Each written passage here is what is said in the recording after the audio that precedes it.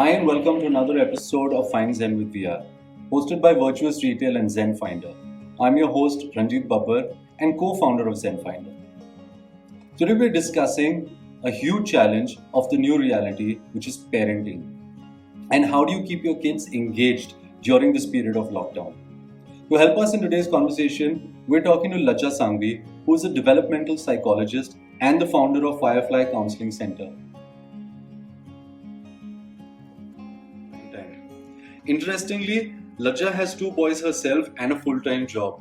So tell us, Laja, how are you managing your time during this lockdown?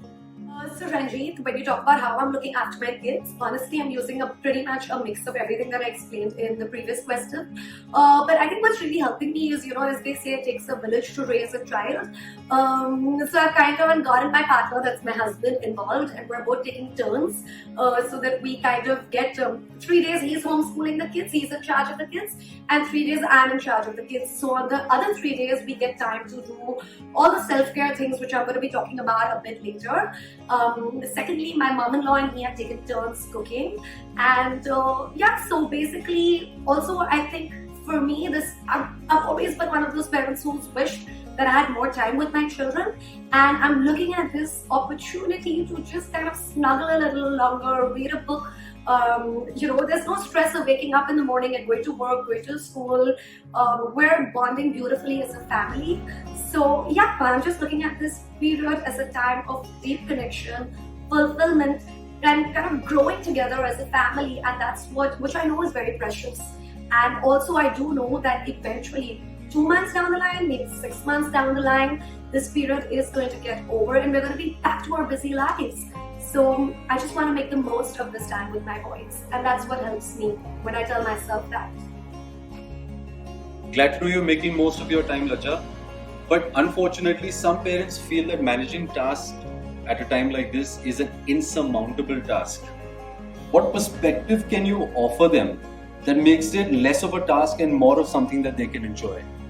Alright, so I like to use the analogy or metaphor of being in a tunnel when I think about being in this pandemic. Yes, it's literally like we're in a cold, dark, scary place, a tunnel that is taking us from life as we knew it to an unknown place, a new paradigm. And we don't know how long the tunnel is or when it will end. So it's natural for us, again, as I said, to feel like parenting our children, juggling, working from home, the household chores is all a task. But how do we work with this? How do we kind of emerge from this tunnel, being stronger, better versions of ourselves, and for our children? The trick or the key isn't changing your narrative. Your narrative is literally that little voice or that self-talk which goes on within your mind when you're looking at a particular situation. So now, instead of looking at the tunnel as a scary, dark place, look at it as a time of going within, of a time of kind of moving in and metamorphizing. It's literally like how the caterpillar goes within into the pupa and stays in that darkness before it turns into a beautiful butterfly. Come on, every one of us here at some point or the other has complained about how we don't get enough time to spend with our kids, how life is so busy, how we're not able to do the small, simple things in life that we've always wanted to do. This is the time.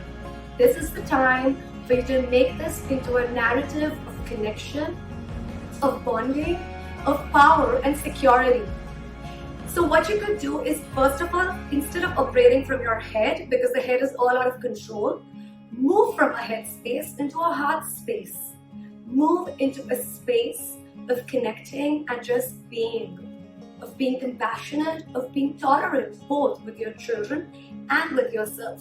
So let go of perfectionisms. It's okay if the homework that you're submitting is not perfect, or you've not cooked food perfectly, or maybe that work from home assignment that you have to submit is not perfect.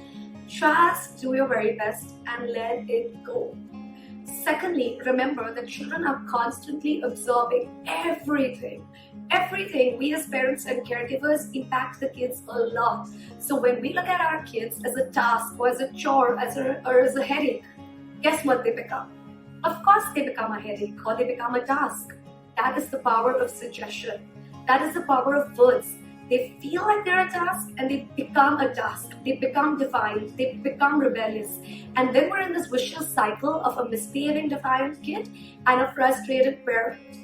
So the way to get out of this is to center yourself, to connect deep within, to change your narrative, to make it into a narrative of power. And lastly, please remember that when this is all over, and over it will be because it's transient, it's not permanent, there is light at the end of the tunnel. So when we're through this pandemic finally, when it's all over, when our children look back, more than remembering anything specific about the virus, what they are going to remember is the time they had with you, your attitude at home, whether you bonded with them, did you feel safe with them, how did you as a family feel during this pandemic? Thanks for sharing that interesting analogy, Laja. My final question to you, and most importantly, is these are challenging times that can really put a lot of stresses on relationships, especially those with your children. What advice can you offer your parents, to help them kind of manage their own stresses, emotions, and frustrations so that children don't get really affected? Alright, so coming back to the analogy of being in an aircraft, imagine the cabin pressure drops in the cabin. It's important that you first put on your own mask as a parent, your own oxygen mask as a parent, then only you'll be able to help your child. So similarly, through this crisis, it's crucial and of utmost important that you invest some time in self-care. And I know a lot of us are very busy and we're juggling too many things right now with cooking and cleaning and homeschooling and working from home. But you can definitely surely set aside 10 minutes in your morning routine and 10 minutes in your evening routine to take care of yourself, to kind of literally pause. Look at this as an opportunity to pause and to press the reset button of your life. It's an opportunity for you to emerge as a stronger, more empowered, more resilient version of you. And trust me when I say this, when you walk your talk, your children follow suit. They kind of emulate you. So if you are firm and grounded, if you're living a holistic, balanced life during this period of crisis, if you're making the most of this crisis, your children automatically are going to copy because they have mirror neurons in their brain.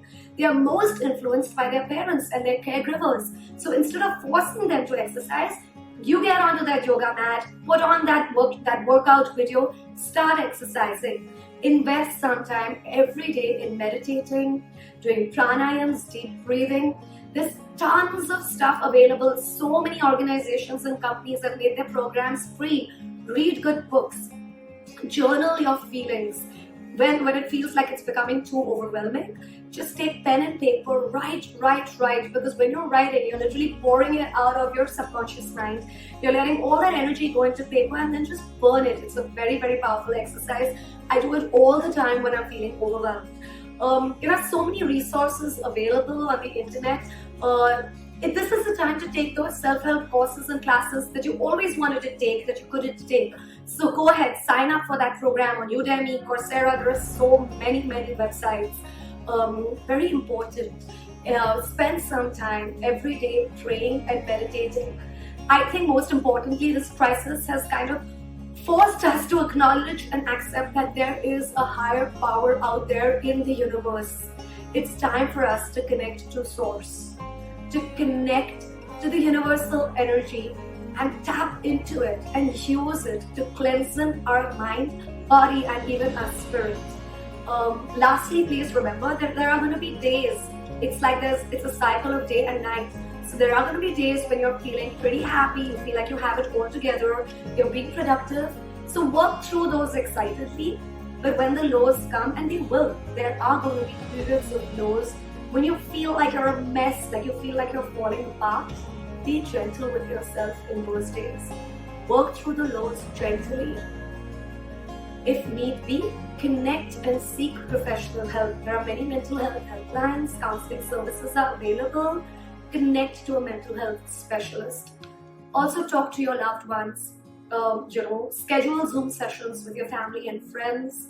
And just kind of make the most out of this crisis. Being gentle with yourself, investing in yourself, reading good books. Also you can just let loose and have some fun. yeah, so just make sure that you're taking good care of yourselves. And if you do that, it's going to do wonders for your kids as they kind of look at you, emulate you, and they feel safe, and your home feels like a safe space to be in. Thank you so much, Lajja, for that insightful discussion. I'm sure our viewers have got a lot to think about from this. That's all the time that we have. If you'd like to reach out to Lajja, you can do so. We've shared her details in the description below. Thank you for joining us on this episode, and stay tuned for many more episodes to come.